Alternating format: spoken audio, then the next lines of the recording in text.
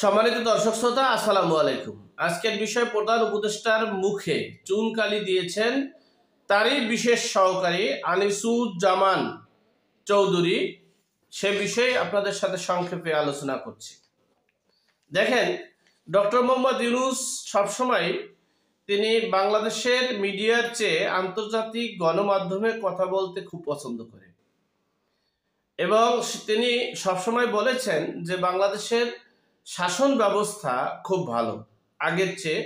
এরপরে বলেছেন যে অর্থনৈতিক অবস্থা খুবই ভালো, দেশি বিদেশি সবাই অনুদান দিতেছে, এই সেই নানান কথা তিনি বলেছেন মানে প্রচার চালিয়ে বেড়াচ্ছেন।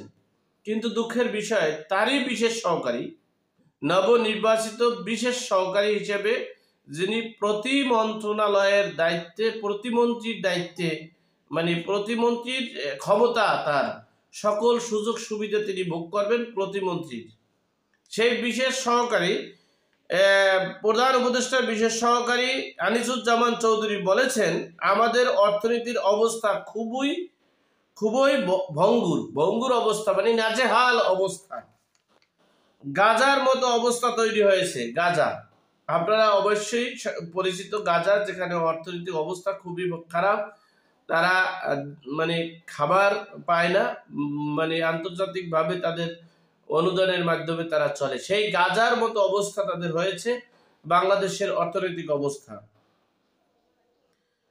এজন্যই এলডিসি গ্রাজুয়েশন পুনর্বিবেচনা করতে পূর্ণাঙ্গ রোডম্যাপ তৈরির কাজ শুরু করা হয়েছে। এই যে বিশেষ সহকারী, তিনি বলেছেন বাংলাদেশের অর্থনৈতিক অবস্থা খুবই করুণ, ভঙ্গুর, নাজেহাল, এমনকি তিনি গাজার মতো অবস্থা এই বাংলাদেশের অর্থনৈতিক অবস্থা হয়েছেন তিনি বলেছেন।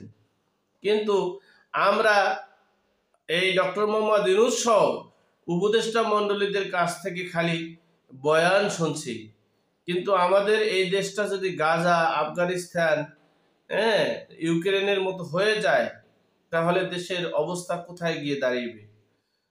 আমরা এই করুণ অবস্থা চাই না, দেশের এই অর্থনৈতিক অবস্থা নাজেহাল অবস্থা চাই না।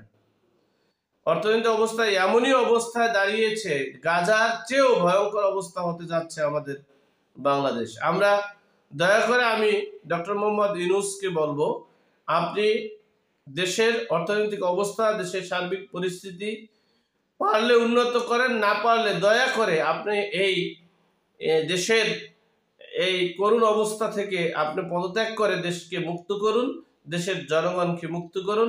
দেশের জনগণ ফুঁসে উঠেছে, রাজপথে আপনাদের পদত্যাগ চাচ্ছে, প্রধান উপদেষ্টা ও স্বরাষ্ট্র মন্ত্রণালয়ের মন্ত্রীকে পদত্যাগ চাচ্ছে এবং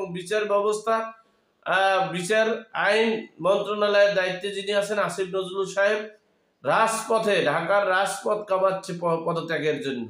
সুতরাং দেশের অর্থনৈতিক অবস্থা নাজেহাল, বিচার ব্যবস্থা নেই, দেশে দৈনিক প্রতিদিন মব জাস্টিস হচ্ছে, মব কিলিং হচ্ছে, চাঁদাবাজি হচ্ছে, নৈরাজ্য হচ্ছে, দখলবাজি হচ্ছে, নির্বিচারে হত্যা হচ্ছে।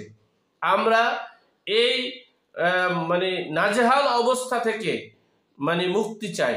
আমরা সাধারণ জনগণ, আমরা চাই এদেশের এই ব্যর্থতা, আপনাদের যে চরম ব্যর্থতার জন্য আমাদের সেই পূর্বের শাসনামলী দেখতে হতে যাচ্ছে। সুতরাং আপনারা এই ব্যর্থতাকে ওভারকাম করে সঠিক নির্দিষ্ট লক্ষ্যে পৌঁছান, না হয় আপনারা পদত্যাগ করে দেশের এই দুরবস্থা থেকে মুক্ত করুন।